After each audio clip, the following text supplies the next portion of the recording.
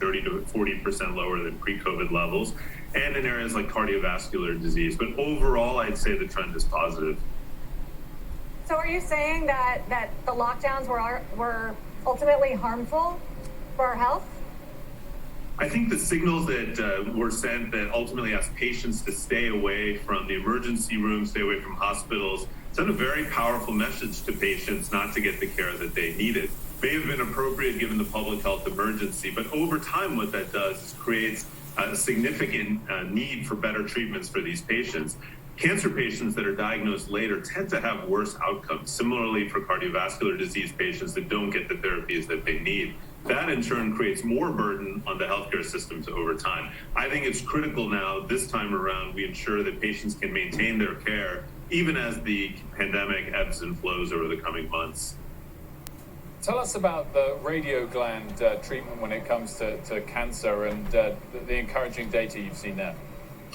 Yeah, thanks, Wolf. We were really excited about this data. At the American Society of Clinical Oncology this year, we presented groundbreaking data on our LU-PSMA asset. What this technology does is it combines a drug with a small radioactive particle, microparticle, which then can target that radioactivity directly to the tumor. We saw very impressive survival benefits and progression-free survival benefits in prostate cancer patients.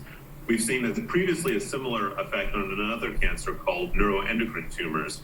Our hope is now over time we can expand this across a range of solid tumor indications. We think at least a $10 billion market. We're the clear market leader. We've built the global infrastructure to take it on. So we hope to demonstrate over the coming years this will be a pillar of cancer care into the future.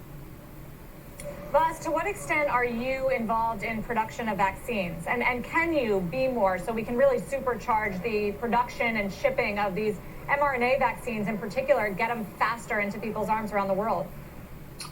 Yes, sir. We're trying to fully leverage our manufacturing capacity to support the global response. We currently fill the Pfizer-BioNTech vaccine in our manufacturing facilities in Switzerland. We produce some of the upstream elements called plasmids for all of the mRNA vaccines in our facilities in Austria.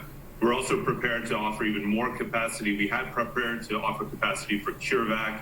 Now CureVac is working through their filing. So we're looking at fully leveraging that capacity as well with other manufacturers. We also produce monoclonal antibodies to treat COVID for partner companies out of our Singapore facility.